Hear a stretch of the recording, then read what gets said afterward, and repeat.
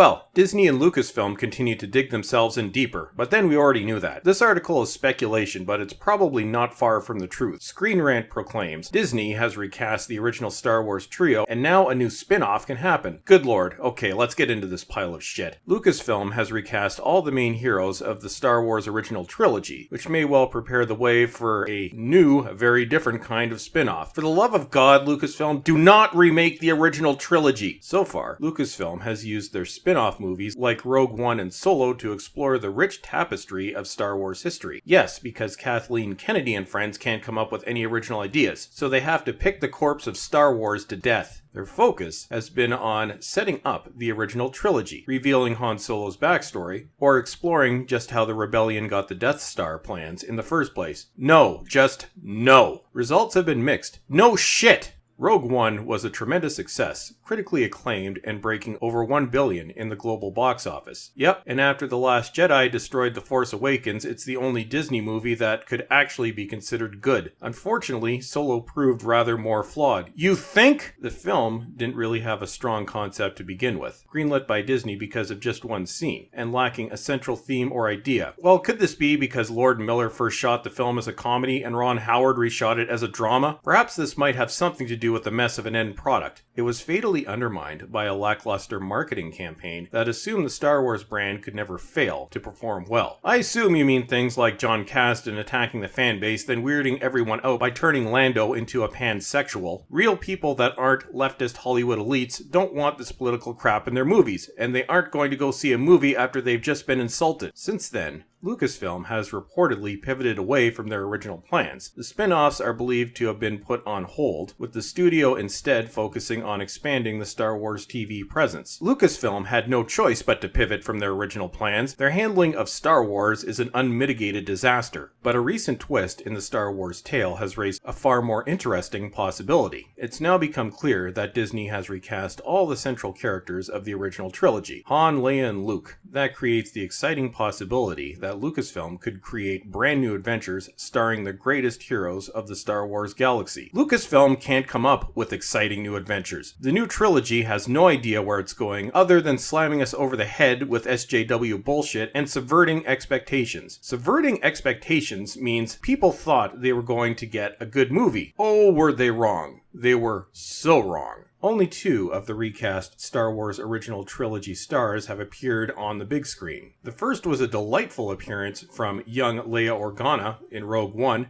Delightful? It was creepy as hell. Norwegian actress Ingvild or something, Delia, played Leia in the film, chosen because of her ability to replicate a 19-year-old Carrie Fisher, as well as her similarity to the character in height, body type, and profile to the actor. Delia spent months studying Fisher's facial expressions, working hard to mimic her precisely, and then acted out a very brief scene. Her face was then overlaid by a digital recreation of Fisher's own. So basically what you're saying is she was a body double. That doesn't qualify her to have a main role in Star Wars. It was a strange experience. No shit! And Delia admitted to Technology Review that she may not have gone through with it if Fisher had passed away before production.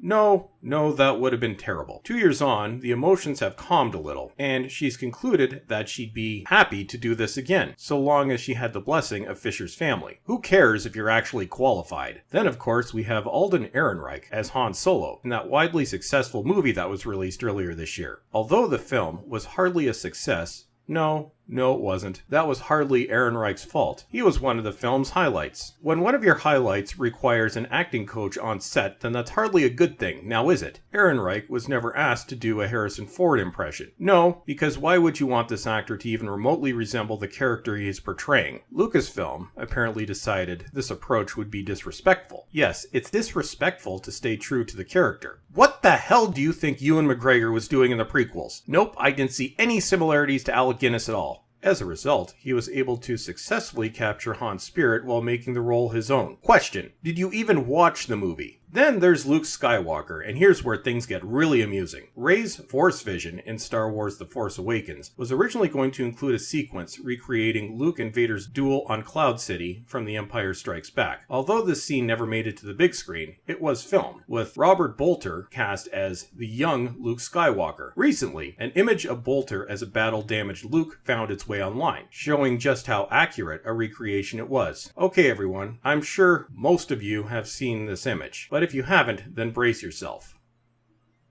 That's right, this is the accurate recreation of Luke Skywalker, a fat hobbit. Part of me thinks this is just trolling on the part of Lucasfilm. There's no way this could be real. Screen Rant then spends the rest of the article exploring the possibilities with these three actors. Yes, a body double, a hobbit, and a failed Han Solo. It's almost like Lucasfilm hates their own franchise and is now simply looking for new ways to continue destroying it. I have no doubt that they're going to try remaking the original trilogy at some point. They can't come up with their own ideas. Maybe this is the trilogy that Rian Johnson is supposed to make. We could have Obi-Wan, probably after a gender change, lecturing us about feminism, while Darth Vader and Jabba the Hutt represent the evil patriarchy. Jabba gets killed for refusing to accept intersectionality, and Darth Vader ends up seeing the error of his ways, gets a big purple wig for his helmet, and becomes a full-fledged male feminist. This article is just Screen Rant speculating, of course. But Disney and Lucasfilm have made such a mess of the franchise that I'm relatively sure this is going to happen. And that's it for today. Don't forget to follow me on Twitter, and check out my other channel. And as always, everyone, thank you for watching, and have a great day.